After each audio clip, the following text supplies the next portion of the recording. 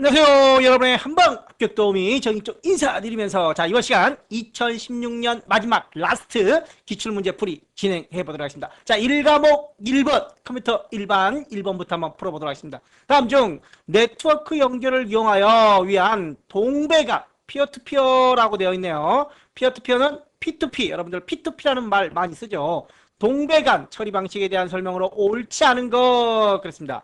동배간이란 동등한 입장 그런 말입니다. 우리 동급생이라는 말도 쓰죠. 동급생. 같은 학생이라는 겁니다. 같은 연배. 그래서 동등하게 연결되는 방식이다. 클라이언트와 동시에 서버 역할도 한다. 클라이언트랑 고객이란 뜻입니다. 서버란 주인이란 뜻이에요. 주인. 그래서 A가 B한테 보낼 때는 A가 서버가 되는 거죠. B는 클라이언트, 고객이 되는 겁니다. 고객이. 반대로 B가 A한테도 보낼 수 있어요. 그럼 이때는 B가 서버가 되고 A는 클라이언트, 고객이 되는 겁니다. 즉 각각의 컴퓨터들은 서버이면서 클라이언트가 동시에 될 수 있다라는 의미입니다.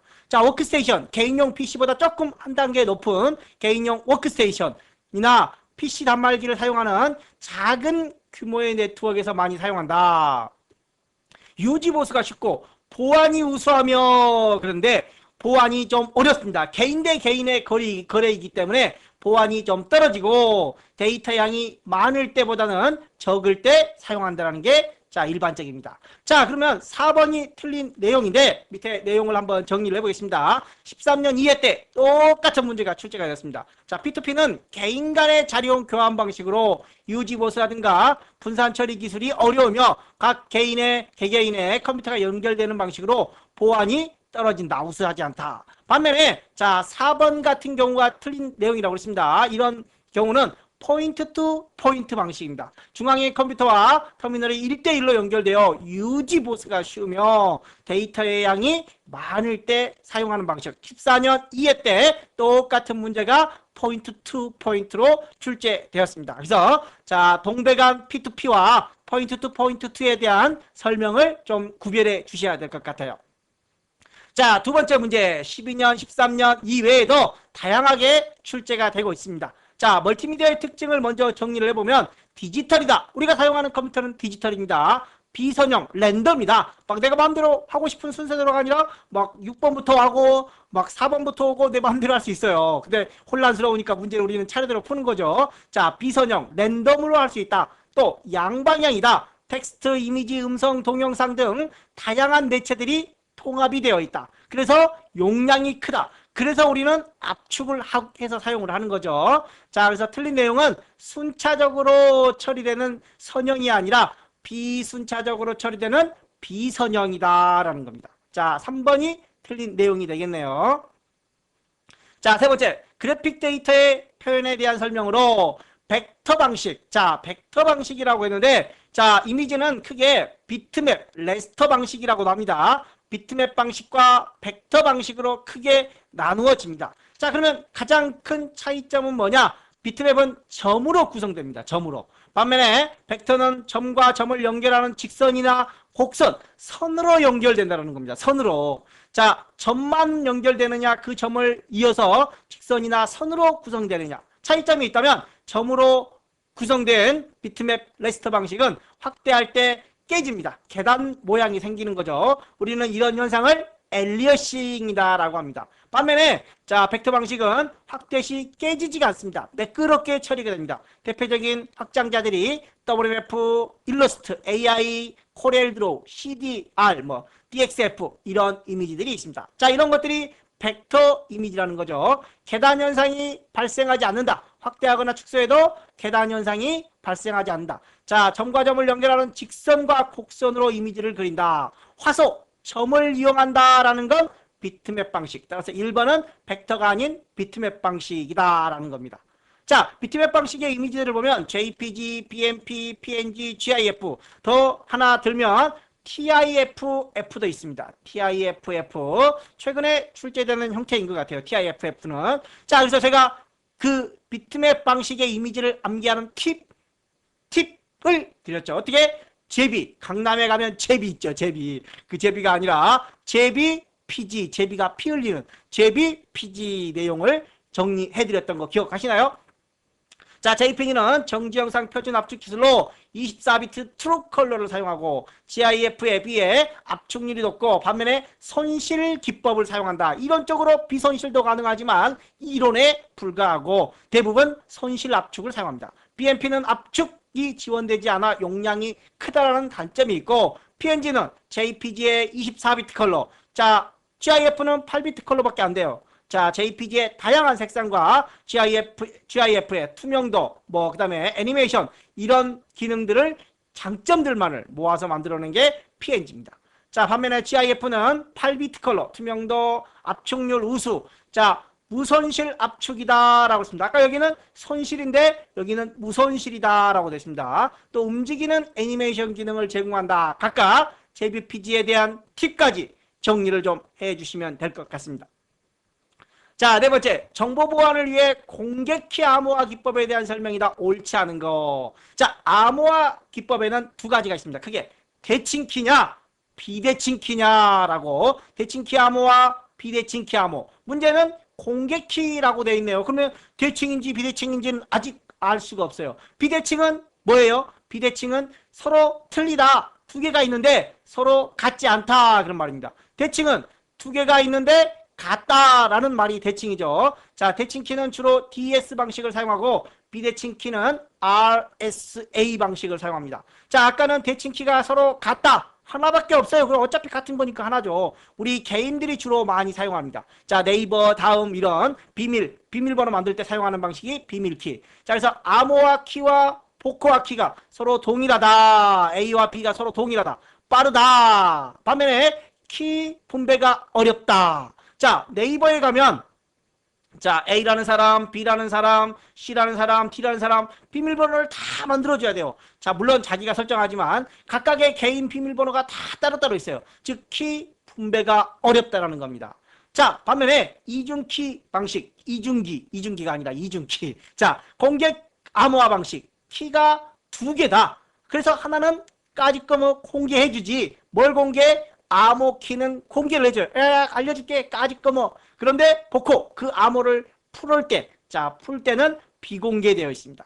자, 그래서 좀 더 관리할 키가 적게 되는 거죠. 자, 암호화 키와 서로가 다르다라고 되어 있습니다. 암호화 키와 복호화 키가 서로 다르다. 그래서 서로 같지 않은 비대칭 키, RSA 방식을 사용한다라는 겁니다.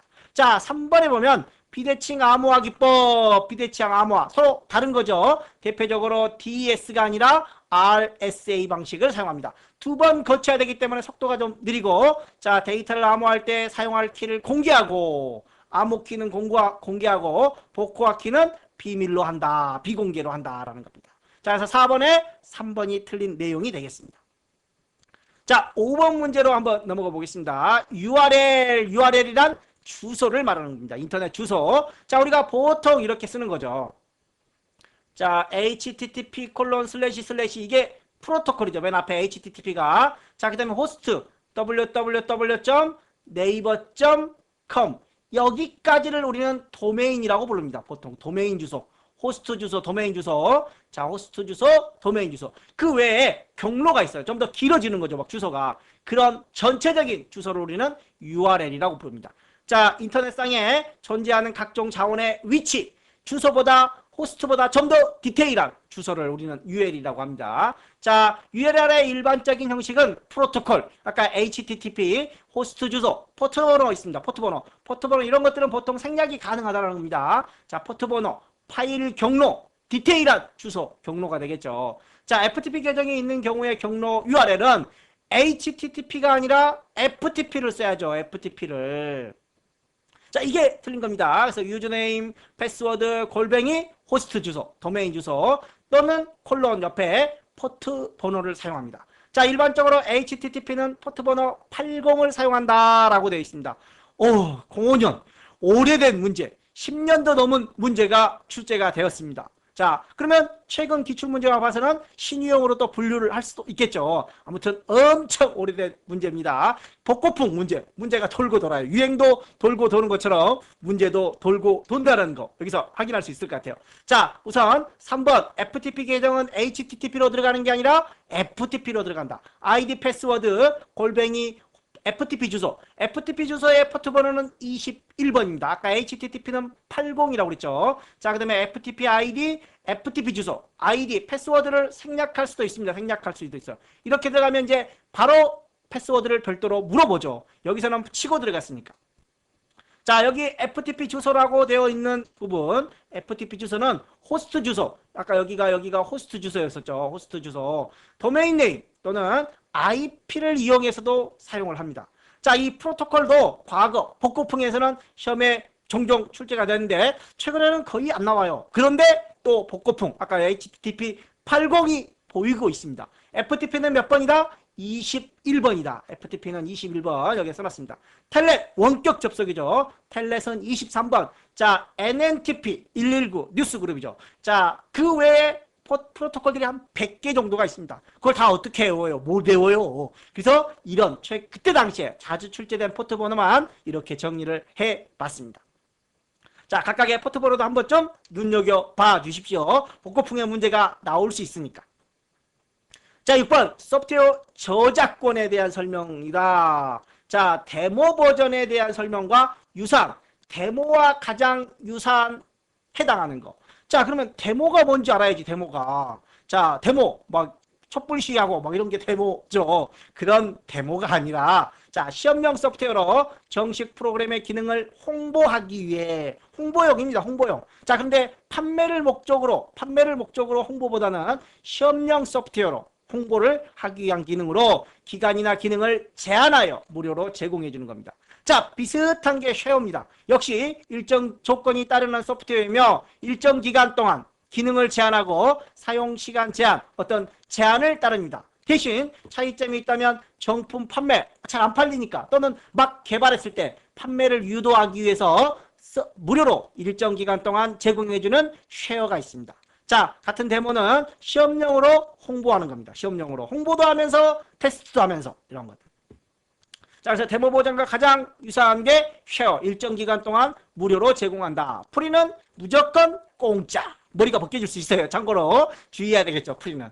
자, 포스트카드웨어. 포스트카드웨어는 또 처음 나오는 용어 같아요. 이전까지 기출문제에서 봤을 때. 자, 그러면 포스트카드웨어가 뭔지 한번 봐야 되겠죠. 거의 무료에 가까운 쉐어웨어래요. 쉐어웨어. 자, 홍보를 목적으로 하는 쉐어웨어예요. 거의 무료에 가깝대요. 자, 간혹 만족한 사용자는 편지 좀 보내줘. 고맙다라는 편지. 이런 정도는 좀 보내줘야 내가 좀 기분이 좋을 거 아니야. 라는 프로그래머의 요구하는 경우도 있다라는 겁니다. 자, 쉐어에 가까운 무료 프로그램인데, 관리자들이 이런, 좀 고맙다는 편지 한 통만 좀 보내주세요. 라는 문구가, 자, 요구가 있는 경우가 포스트카드예요.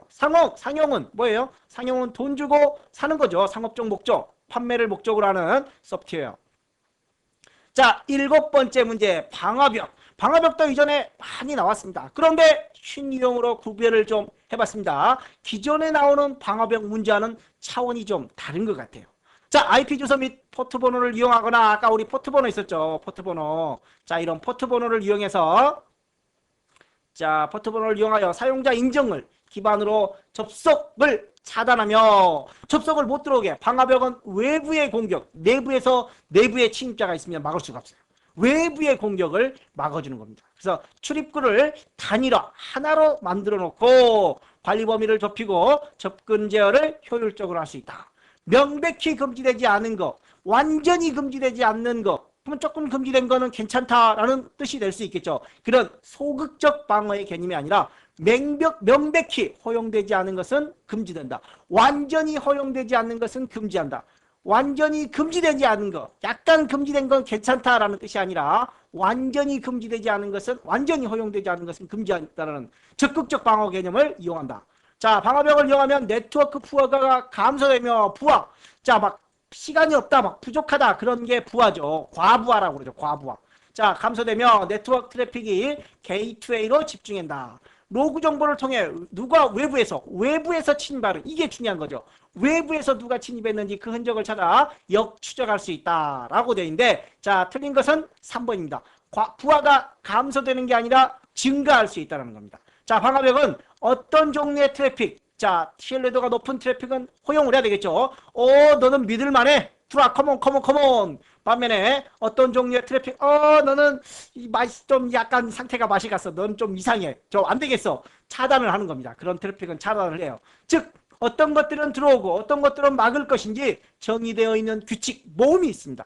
이 규칙 모음을 세부적인 규칙을 적용하거나 어렵고 많은 규칙을 적용하면 과부하가 걸려 대역벽을 효과적으로 이용할 수 없다는 단점도 있습니다. 그래서 부하가 감소되는 게 아니라 디테일한 그 방화벽 규칙들을 걸면 부하가 더 걸릴 수 있다는 거, 증가할 수 있다는 거죠.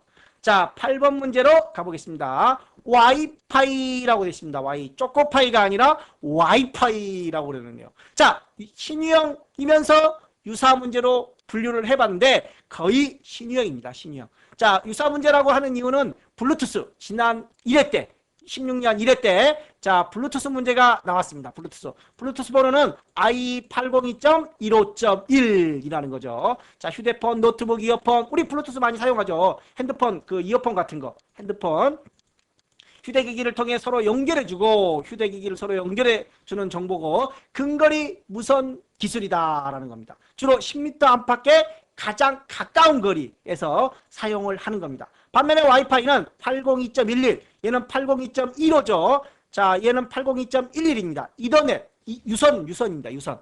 혹은 유선면의 컴퓨터 네트워크 기술을 무선화한 것으로 유선을 무선으로 변경한 것이래요. 그래서 유선은 선이 연결되어 있어야 되겠죠. 근데 무선은 선이 없어요, 반면에.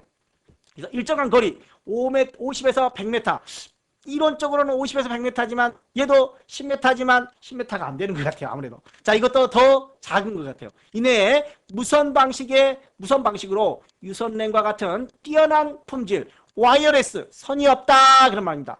파이델러티. 자, 와이파이. 그래서 기존의 무선으로도 뛰어난 품질을 제공한다라는 뜻입니다. 3G보다 전선속도, 옛날에 전화선을 이용하는 게 3G입니다. 전화망보다는 훨씬 속도가 빠르다라는 겁니다. 자, 여기 와이파이에 대한 설명, 그래서 이제 한번 정의를 해보겠습니다. 자, i802.11, 자, 규격의 브랜드명으로 와이어레스 파이델러티의 약어이다. 자, 무선 신호를 전달하는 AP를 중심으로 데이터를 주고받은 인프라스트럭처 모드와 AP 없이 데이터를 주고받는 애드홍 모드가 있다. 자, 유선랜을 무선화한 것이기 때문에 사용거리에 제한이 없고, 제한이 있죠. 무선인데 막 쫙이 어디 달나라까지 되나요? 전송 속도도 3G에 비해 훨씬 속도가 빠르다. 자, i8011 최대 11기가, i8011B는 11기가, G는 54기가까지 지원한다. 따라서 정답은 틀린 거는 3번이 되겠죠. 자, 그 와이파이에 대한 재밌는 이야기 하나 해주고 갈까요? 짤막하게, 너무 길면 또 잡소리가 되니까. 자, 어느 날 위층에서 문자가 왔습니다. 삐릭삐릭 문자가 왔어요. 그렇게 문자가 왔습니다. 죄송합니다. 제가 매일 밤 당신의 와이프를 빌려 쓰고 있습니다. 그러니까 이 사람이 문자를 받고 빡친 거죠. 빡쳐가지고 위층으로 막 올라가고 있는 순간 다음 문자가 다시 왔습니다. 죄송합니다. 제가 와이파이를 와이프로 오타낸 것 같습니다. 깜놀했죠, 깜놀. 자, 우리 보통 요즘에는 와이파이에 비밀번호를 많이 걸어놓고 쓰죠. 근데 안 걸린 비밀번호들, 와이파이들이 있어요. 그런 걸 이 사람이 몰래 그냥 쓰고 있는 거죠. 썼는데 문자를 와이파이를 와이프로 잘못 보내다 보니까 너무 큰 문제가 발생할 수 있었습니다. 순간. 자, 9번 문제로 넘어가 보겠습니다. 자, 인터넷 서버까지의 경로를 추적하다. 너 여기 어떻게 왔어? 어디를 거쳐서 왔어? 이런 경로를 추적하는 겁니다. 명령어는 트레이서터 명령어입니다. 옳지 않은 거. 자, IP 주소, 목적지까지의 거치는 경로. 자, 데이터의 왕복 속도를 확인할 수 있으며 특정 사이트가 열리지 않을 때 서버가 문제인지 인터넷망이 문제인지 확인할 수 있으며, 인터넷 속도가 느릴 때 어느 구간에서 문제가 있는지, 정체가 있는지 확인할 수 있으며, 현재 자신의 컴퓨터에 연결된 다른 컴퓨터의 IP 주소라든가 포트 정보 등을 확인할 수 있다. 자, 네 번째, 활성화 TCP 연결 상태라든가 수신 정보 상태라든가 뭐 이더넷 통계 등 각종 정보를 표시하는 명령어는 넷스타트입니다. 넷스타트. 자, 트레이스타트는 경로, 라우팅 경로를 추적하는 명령어로 트레이스타트 주소, 트레이스타트 IP 등을 이용해서 할 수 있다는 거. 자, 4번이 틀린 내용이 되겠습니다. 자, 10번째 문제, 하드디스크의 파티션. 자, 파티션이라고 하는 건 나누다 그런 말입니다. 우리가 이제 하나의 큰 공간이 있어요. 이걸 이렇게 나눠 놓겠죠. 자, 여기는 침실, 여기는 화장실, 여기는 거실 이렇게 나눠 놓습니다. 하나의 하드디스크도 이렇게 여러 개로 나눌 수가 있어요. 자, 나눈 다음에는 각각의 세팅을 해야 되겠죠. 화장실에는 변기도 넣어야 되고, 거실에는 뭐 소파도 갖다 놔야 되고, 이렇게 세팅을 합니다. 즉, 파티션 후에는 반드시 포맷이란 초기화 그런 말입니다. 뭐 거실에 소파, 화장실에 변기 이런 것들을 갖다 둔다라는 말입니다. 각 파티션. 자, 아까 우리가 자, 여기에는 침실, 뭐 화장실, 뭐 거실 이렇게 각각으로 나눴어요. 각각으로 나누면 각각의 다른 운영 체제를 설정할 수 있습니다. 자, 하나의 파티션이라는 말은 나누지 않고 통으로 쓰겠다라는 말입니다. 여러 개의 파일 시스템을 사용할 수 있다? 없다. 하나로 나누어진 경우는 하나의 운영체제, 하나의 파일 시스템만 가능합니다. 그런데 이걸 나눠놓으면 각각의 파일 시스템, 각각의 운영체제를 설치할 수 있습니다. 3번, 그래서 하나의 파티션에는 여러 개가 아니라 하나의 파티션만, 하나의 파일 시스템만, 하나의 운영체제만 가능하다는 겁니다. 자, 그래서 하나의 물리적인 하드디스크를 여러 개의 논리적 영역으로 분할하거나 합치는 기능을 우리는 파티션이라고 한다라는 겁니다. 자, 그래서 각각의 논리적 영역에 서로 다른 운영체제 또는 파일 시스템을 설치할 수 있다라는 겁니다. 각각입니다. 각각. 하나로 된 거는 안 됩니다. 자, 11번째 메모장에 관한 설명이다. 옳지 않은 거. 텍스트 파일이나 웹페이지를 편집하는 간단한 도구이다. 이동명령으로 원하는 줄번호로 입력하여 특정 문서의 특정 줄로 이동할 수 있으며, 자동 줄바꿈이 설정된 경우에는 이동명령으로 사용할 수 있다. 자, 한번 보겠습니다. 좀 이따가. 특정 문자나 단어를 찾아서 바꾸거나 창 크기에 맞춰 텍스트를 줄바꿔 문서의 내용을 표시할 수 있다. 이게 그 창 크기에 맞춰서 텍스트의 줄을 바꿀 수 있는 게 자동 줄바꿈이라는 기능이죠. 여기가. 자, 머리글과 바닥글을 설정하여 문서의 위쪽과 아래쪽 여백을 원하는 텍스트를 표시하여 인쇄할 수 있다. 메모장 한번 열어보겠습니다. 메모장. 자, 파일의 페이지 설정에 가서 보시면 머리글과 바닥글, 용지 여백들, 용지 설정, 막 가로 세로 이런 것들이 가능합니다. 자, 그러면 4번의 내용은 맞는 내용이죠. 위쪽 아래쪽 원하는 여백을 줄 수 있고 내용 문서의 뭐 내용들도 쓸 수가 있습니다. 자, 그 다음에 이제 우리가 글자를 한번 쓱 써보겠습니다. 자, 이렇게 쭉 쓰면은 자동으로 줄바꿈이 되죠. 자, 서식에 자동 줄바꿈이 있습니다. 그런데 줄바꿈이 없을 때는 옆으로 쭉 가요. 스크롤 돼가지고 옆으로 쭉 가죠. 자, 여기다가 번호도 한번 써보겠습니다. 자, 2, 3, 4, 5, 6, 7, 8, 9 이렇게 번호가 있어요. 자, 그런데 내가 1번에서 6번으로 가고 싶어요. 편집의 이동을 통해서 나 6번으로 가고 싶어. 자, 현재 1번에 있었죠. 6번으로 이렇게 번호를 이동할 수 있습니다. 줄이 여러 개일 때. 자, 그런데 줄바꿈을 한번 해보겠습니다. 줄바꿈, 자동 줄바꿈 딱 줄 바뀌어버리죠. 용지의 크기에 따라서, 페이지 크기에 따라서 이렇게 줄이 바뀝니다. 자, 이때 편집의 이동 메뉴는 사용을 할 수가 없다. 또 보기의 상태 표시줄도 사용을 할 수 없다. 줄바꿈 한번 바꿔볼까요? 다시. 상태 표시줄 가능하죠. 이렇게 아래쪽에 상태 표시줄. 또 편집의 이동도 가능한데 줄바꿈이 적용이 되면 상태 표시줄과 이동은 할 수가 없다라는 겁니다. 편집의 이동 및 보기의 상태 표시줄은 사용할 수가 없다. 그래서 2번이 틀린 내용이겠죠. 자동 줄바꿈이 설정된 경우에도 이동 명령을 사용할 수 있다라고 했으니까 틀린 내용입니다. 자, 12번째 문제로 가보겠습니다.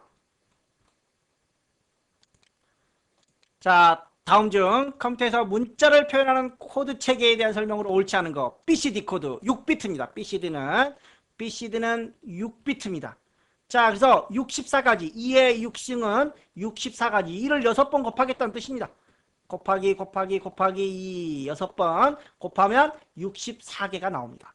자, 그 다음에 아스키는 7비트입니다. 7비트. 그래서 2의 7승은 128가지입니다.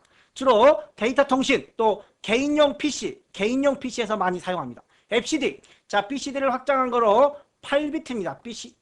EBCDIC, FCD는 8비트. 그래서 2의 8승은 256입니다. 자, 그리고 이 FCD는 주로 대형 컴퓨터에서 많이 사용합니다. 아스키는 개인용 PC에서 많이 사용하는 반면에, 자, 그 다음에 유니코드는 세계 각국의 언어를 국제 표준 코드입니다. 국제 표준 코드. 자, 4바이트가 아니라 2바이트 체계로 사용한다는 겁니다. 자, 보통 한글 한자는 2바이트, 영문자 숫자는 1바이트. 그런데 유니코드는 모든 한글 한자, 영문자 숫자, 특수문자를 모두 2바이트 체계로 변환해서 사용을 하고 있습니다. 자, 현재 2번. 자, 4바이트가 아니라 유니코드는 2바이트다라는 거.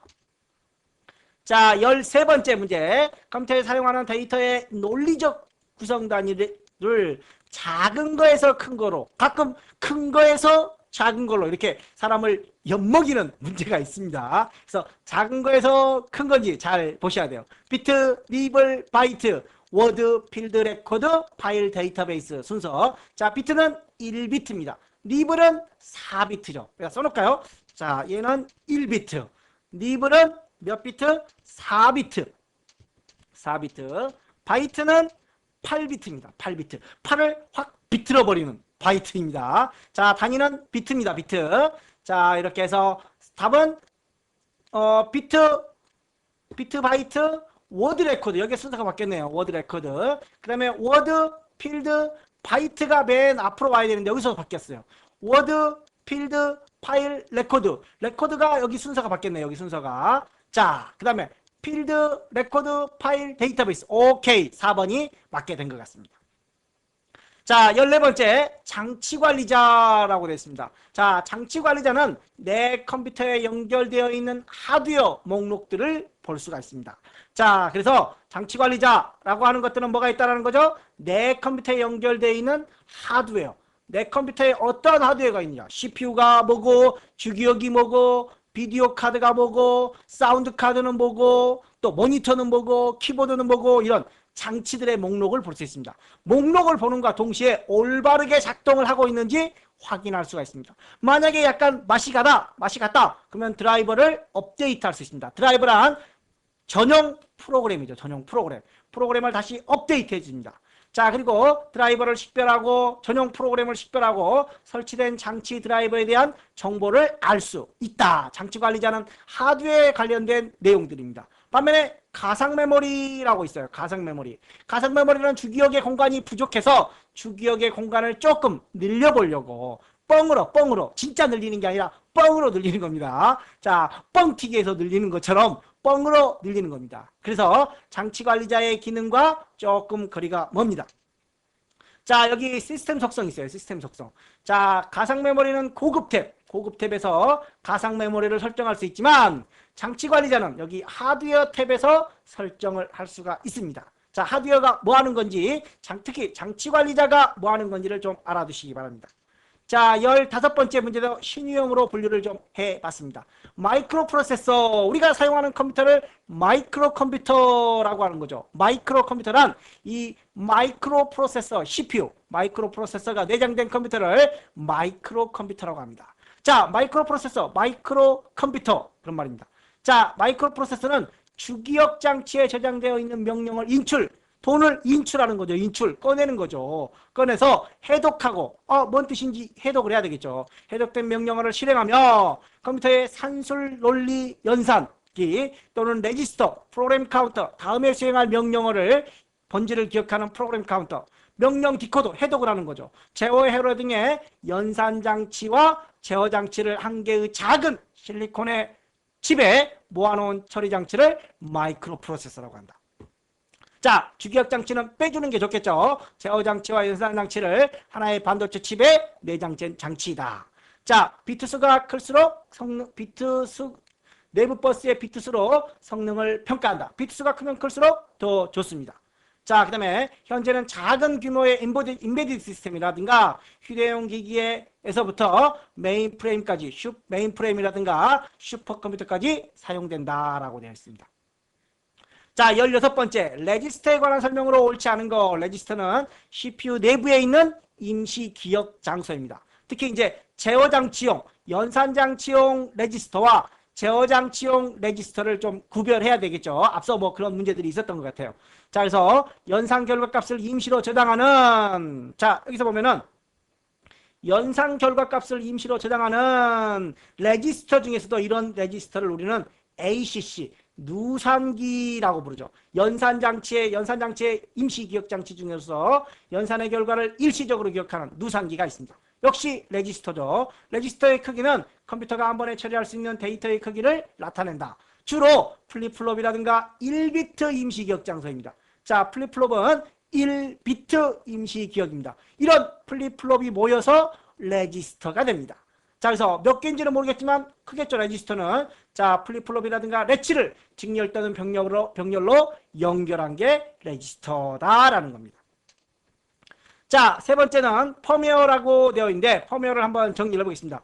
롬에 기록되어 있는 하드웨어를 제어하는 마이크로 프로그램으로 라고 되어 있습니다. 자, 펌웨어는 어디에 있다? 롬에 있다, 롬. 그래서 우리는 롬 바이오스 뭐 이런 것들도 있었죠. 자, 하드웨어를 제어하는 마이크로 프로그램으로 주로 기본적인 입출력, 이게 바이오스죠, 바이오스. 입출력이라든가 자가진단 프로그램 등의 집합으로 하드웨어 소프트웨어 중간적인 성격이며 하드웨어 교체 없이 소프트웨어 업그레이드만으로도 시스템의 성능을 향상시킬 수 있다라는 내용으로 13년 1회 때 출제가 되었던 내용입니다. 펌웨어. 자, 펌웨어에 관련된 내용도 함께 정리를 좀 해주시기 바랍니다. 자, 17번째 문제도 신유형이에요. 자, 3회차 문제가 좀 은근 새로운 유형의 문제들이 좀 많이 나온 것 같아요. 다른 때보다 문제가 조금 난이도가 높았다라고 평가할 수 있을 것 같아요. 가끔 뭐 전기가 쉬워요, 상시가 쉬워요 라고 물어보죠. 자, 제가 어떻게 다 알겠습니까? 때에 따라서, 상황에 따라서 전기가 쉬운 경우도 있고 이번 회차처럼 전기가 좀 어려운 경우도 있습니다. 자, 참고하셔서 공부를 하시면 될 것 같아요. 자, 제어판의 관리도구 한번 들어가 볼까요? 제어판의 관리도구. 자, 여기 관리도구가 있네요. 자, 관리도구에 컴퓨터 관리라는 게 있습니다. 컴퓨터 관리에 들어가면 자, 뭐 시스템 도구, 이벤트 뷰어, 장치 관리자, 디스크 관리 이런 것들이 기존에 좀 출제가 되었던 것 같아요. 자, 그래서 볼륨을 확장하거나 축소할 수 있다. 자, 볼륨을 확장하거나 축소할 수 있다. 드라이버 문자를 변경할 수 있다. C 드라이브, D 드라이브, E 드라이브. 또 포맷을 실행할 수 있다. 자, 그림을 한번 보겠습니다. 자, 디스크 관리에서 자, 한방압격 D 드라이브에 대해서 드라이브를 변경하고 포맷을 하고 볼륨을 확장하거나 축소하고 볼륨을 삭제할 수 있다. 용량을 삭제할 수 있다는 겁니다. 자, 그래서 이런 내용들, 자, 이런 것들은 디스크 관리에서 가능합니다. 자, 화면에 분석 및 디버그 로그라는 게 있습니다. 이벤트 뷰어 있어요. 이벤트 뷰어에 분석 및 디버그 로그. 자, 한번 볼까요? 이벤트 뷰어에 보면은 자, 여기 자, 이게 보기에 보면은 분석 및 디버그 로그라는 게 있습니다. 자, 분석 및 디버그 로그 표시를 해 주는 게 이벤트 뷰어에 대한 내용이라는 거. 자, 그래서 4번이 틀린 내용이 되겠죠. 자, 이런 것들도 뭐 안 보면은 전혀 알 수 없는 문제입니다. 자, 그리고 이제 장치 관리자, 아까 장치 관리자 있었죠. 장치 관리자에 대한 컴퓨터 관리 부분도 09년에 한번 출제가 되었습니다. 자, 하드웨어 설정을 변경할 수 있다, 없다. 드라이버를 업데이트할 수 있지만 하드웨어 설정을 변경할 수는 없다라는 게 컴퓨터 관리자, 장치 관리자에 관련된 문제가 여기 있습니다. 장치 관리자. 자, 18번째 백업 및 복원에 관한 설명이다. 자, 백업 및 복원. 백업이란 뭐예요? 백업이란 혹시나 모를 만일의 사태를 대비하여 하나 더 복사해 두는 거. 자, USB에다가 내가 숙제를 해가지고 저장을 해갔어요. 아, 밤에 지난 시간에 지난날 선생님이 나한테 숙제를 내줬어요. 그런데 너무나 어려운 숙제여가지고 내가 밤샘 잠을 안 자고 한 5시간 동안 숙제를 해갔어요. 지금 눈팅이 팅팅 부어가지고 다크서클 쭉쭉쭉 내려오고 그래가지고 숙제를 해가지고 USB에다 딱 감아가지고 가고 있어요. 너무나 뿌듯한 마음에 내가 오늘 선생님한테 칭찬을 좀 받아야지 그러고 가고 있는 순간에 USB를 가지고 장난하다가 하수구에 빠져버렸어요. 어떻게 해요? 하수구에 빠져버렸어요.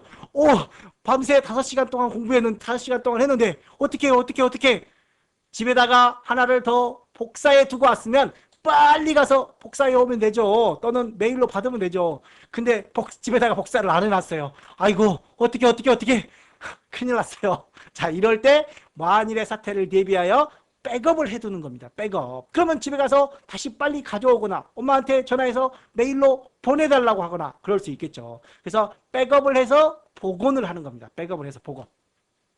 자, 정기적으로 예약된 백업을 걸어두면 예약된 시간에 백업 시간에 컴퓨터가 꺼져 있거나 절전 모드이거나 자, 최대 절전 모드인 경우에 윈도우 백업에서 해당 백업을 건너뛰고 그랬습니다.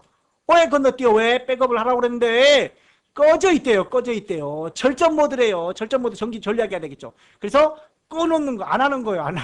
꺼져 있는데 어떻게 백업을 하냐고요. 그래서 이제 켜져 있을 때까지 다음 백업까지 기다린다라고 되어 있습니다. 자, 백업에는 자동 선택과 직접 선택이 있는데 자동 선택의 경우에는 해당 컴퓨터의 사용자 계정이 있는 모든 사용자 A라는 사람도 있고 B라는 사람도 있고 제어판에 가면 사용자 계정이라는 게 있어요. 각각의 계정, 모든 사용자의 폴더, 바탕화면 및 드라이브에 저장된 데이터 파일을 백업한다. 모든 파일이 아니라 데이터 파일, 사용자 파일입니다. 사용자 파일. 자, 그래서 모든 사용자, 사용자 계정에 들어와 있는 모든 사용자의 데이터 파일을 백업한다. 자, 직접 선택의 경우에는 사용자가 알려진 시스템 폴더의 모든 파일을 선택하여 백업을 하는 게 아니라 자, 여기 한번 보겠습니다. 직접 선택 방식에서는 모든 파일을 선택하는 것이 아니라 사용자가 직접 백업 파일 개별 폴더, 라이브러리, 드라이브를 선택해서 백업을 할 수 있다. 모든 파일을 선택하여 백업하는 게 아닙니다. 자, 그리고 아까 자동 선택의 경우에는 모든 사용자, 모든 파일이 아니라 모든 사용자입니다. 하나의 컴퓨터를 여러 명이 사용할 때 그러한 모든 사용자의 데이터 파일을 백업해 준다는 겁니다. 자, 기본적으로 백업은 정기적으로 만들어지며 일정 변경하고 백업을 수동으로 만들 수 있다. 즉, 백업을 하고 났는데 이거 안 했잖아. 다시 또 백업을 해야 되네. 이럴 때 추가되거나 수정된 파일에 대해서 추적하여 백업을 추가로 할 수 있다라는 겁니다. 자, 18번째 3번이 틀린 내용이라는 거. 자, 19번째 문제로 가겠습니다. 19번째 문제. 자, 연결 프로그램. 자, 우리가 바탕화면에서 어떤 한글이라든가 엑셀이라든가 더블 클릭하면 자동으로 연결되죠. 온본에 연결되어 있기 때문에. 자, 문서나 그림과 같은 데이터 파일을 더블 클릭하면 자동으로 응용 프로그램이 열린다. 실행된다. 왜? 연결이 되어 있으니까. 자, 데이터 파일의 바로가기 메뉴에서 연결 프로그램을 선택하면 연결 프로그램을 변경할 수 있습니다. 자, 마우스 오른쪽 버튼 눌러서 잠깐 한번 봐볼까요? 자, 이런 식으로. 자, 일본 호텔 여기 보면은 자, 얘는 연결 프로그램이 없네요. 자, 여기 보시면 연결 프로그램이 있습니다. 연결 프로그램을 포토샵으로 또는 뭐 한컴 자, 2010에다가 또는 인터넷 익스플로러에다가 메모장에다가 연결을 잘못하면 안 돼요. 연결을 잘못하면. 자, 그래서 연결을 잘 해서 더블 클릭을 해야 되겠죠. 자, 네 번째. 연결 프로그램 대화 상자에서 연결 프로그램을 삭제해버리면 연결된 데이터도 함께 삭제된다? 네버. 14년 2회 때 한번 동일하게 출제가 되었네요. 연결 프로그램은 단순히 연결만 해주는 겁니다. 그래서 연결 프로그램을 삭제하면 연결만 끊어지는 겁니다. 실제 온본 프로그램은 절대 삭제가 되지 않습니다. 연결된 파일도 함께 삭제된다고 했기 때문에 이 부분이 틀린 거죠. 자, 20번 문제 14년 2회와 15년 3회 때 유사한 문제가 출제가 되었습니다. 반도체를 이용한 컴퓨터 보조기억 장치로 크기가 작고 충격에 강하며 소음 발생이 없는 대용량 저장 장치. 자, 우리는 기존에 하드를 많이 썼어요. 하드를. 자, 그런데 하드보다 더 좋은 4세대 하드 SSD. 자, 얘를 컴퓨터로 키면 부팅 속도가 1분 정도 걸립니다. 1분 정도. 아, 빨리빨리 좀 켜져라. 컴퓨터야. 나 빨리 바쁘다. 그런데 SSD는 거의 5초 만에 켜져요. 5초 만에. 같은 하드디스크인데 기존의 하드디스크에 대한 충격이 좀 약했어요. 잘못하면 나가버려요. 소음도 막 소음이 너무 시끄러웠어요. 자, 그런 것들을 좀, 그리고 이제 부팅 속도도 좀 느렸어요. 그래서 충격이 강하고 소음도 좀 줄이고 부팅 속도도 빠르게 해주는 차세대 하드디스크를 SSD라고 합니다. Solid State Drive. 자, SSD는 HDD에 비해 외부 충격이 강하며 발열, 열이 심해요, 열이. 자, 소음이 적고, 열도 적고, 소음도 적고, 디스크가 아닌 초고속 메모리의 데이터를 기록하므로 배드 섹터, 불량 말하는 겁니다. 배드 섹터가 발생하지 않으며 소형화, 경량화할 수 있고, 또 하나, 속도가 빠르다라는 장점이 있다는 겁니다. 20번에 3번. 2급 같은 경우에서는 좀 자주 출제가 되었어요. 자, 21번. 자, 이 과목 스프레드시트 2016년 10월 22일. 21번 이 과목으로 넘어가야 되겠죠. 자, 그런데 한 템포 쉬어가야죠. 한 박자 쉬고 21번부터는 다음 시간에 또 풀어봐야 되겠죠. 지금 달리면 좀 머리에 발열이 생길 것 같아요.